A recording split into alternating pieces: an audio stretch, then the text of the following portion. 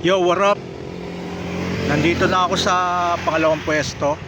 Samahan niyo akong magtinda mga utol. Tara. Okay, sarap sumilay sa ganda ng mundo. Ang buhay ay napakakulay, parang paro-paro. Masigurado ako dito kahit minsay mapait. Mas maganda raw ang kwento ng hindi mababait. Ang mga malalapit daw ang makakatawid. Doon daw sa mainit ang mga makukulit. Kaya ayokong pumikit ng permanenteng pikit. Ang ngiti na malupit ay gamot daw sa sakit. Nakita ko ang halaga ng higantit maliit. Papel manobarya, ang sapala dumikit. Salamat di pinagkait, salamat sa nakakamit. Makulay aking kwento kahit kupas ng damit. Itinuring kong marami ang limang nakikinig. Itinuring ko na libo ang lima na bumilib. Itinuring kong diamante ang sarili ko sa lupa. Ang pangit na ugali ko ang aking sinupa.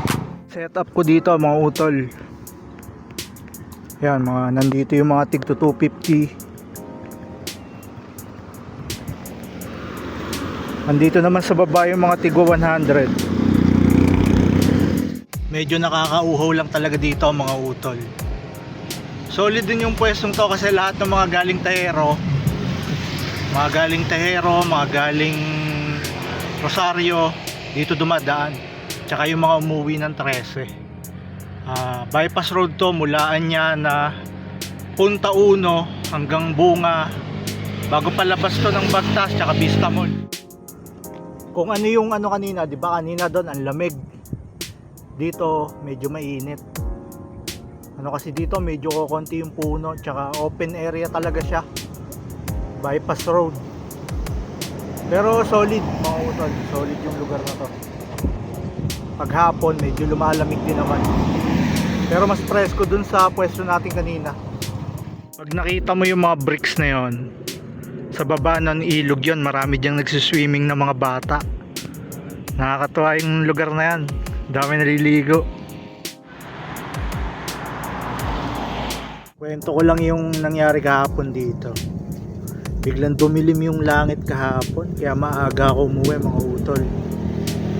Mahirap kasi dito pag inabot ka ng ulan, wala ka talagang sisilungan dito mga utol. Kaya kailangan alert ka dito, alert.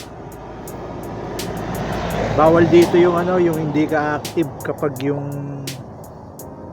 kumakapal na yung ulap, madilim. Pero ang nakakatuwa, kumapal yung ulap kahapon, sobrang kapal ng ulap, dumilim. Hindi nagligpit na ako, no? Nagulat ako, hindi naman pala uulan, sayang, ang dami pa sanang tao. Sana nakarami pa tayo, pero wala sinubukan tayo kahapon, matras tayo . Yo, mapapansin nyo, nilalagyan ko siya ng mga bato sa yung mga patungan niya. Ayan yung mga bato.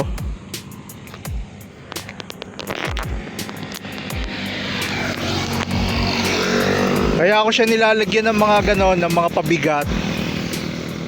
Sa maniwala kayo sa hindi, may dumadaang ipo-ipo minsan dito, maliliit, minsan medyo mataas din. Magugulat ka talaga, na experience ko dito, nagkaroon ng ipo-ipo. Yan yung lugar na to.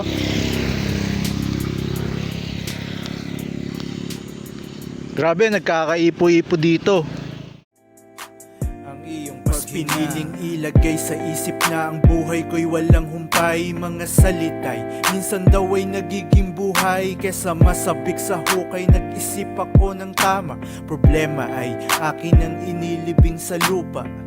Buhay ka nga ba dun sa kabila, o nakahiga pa rin kung san ka huling hiniga? Mag-isip-isip ka nga, wag pa dalos-dalos. May gamot naman kapag ikaw ay nagkagalos. Bakit di mo pagmasdan ng planeta? Lahat may mali, ano ba ang gustong makita? Hayaan na lang kung saan sila masaya. Sadyang magkaiba ang lakbay ng mga paa. Huminga ka ng malalim, kumalma. Salamat ng marami kung ako'y iyong dama. Hindi tayo perpekto talaga, pero kailangan mong malaman na ika'y mahalaga.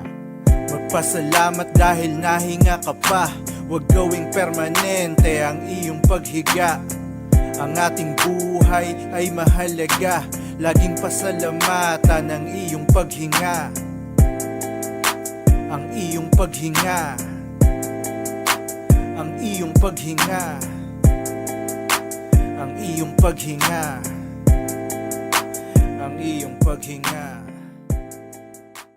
Yo mga utol, naka 1,050 na tayo agad. Maraming salamat sa mga nanonood pa rin hanggang ngayon. Samahan nyo pa rin ako magtinda mga utol.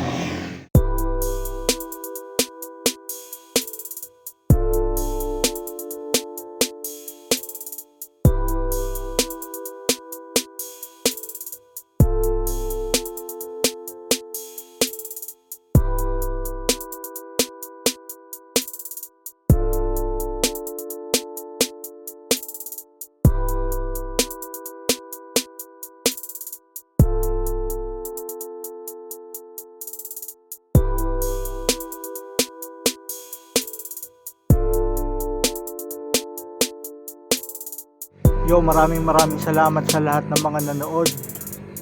Kung maabot ka sa video na to, maraming salamat. Like, share and subscribe mga utol. Uwi na.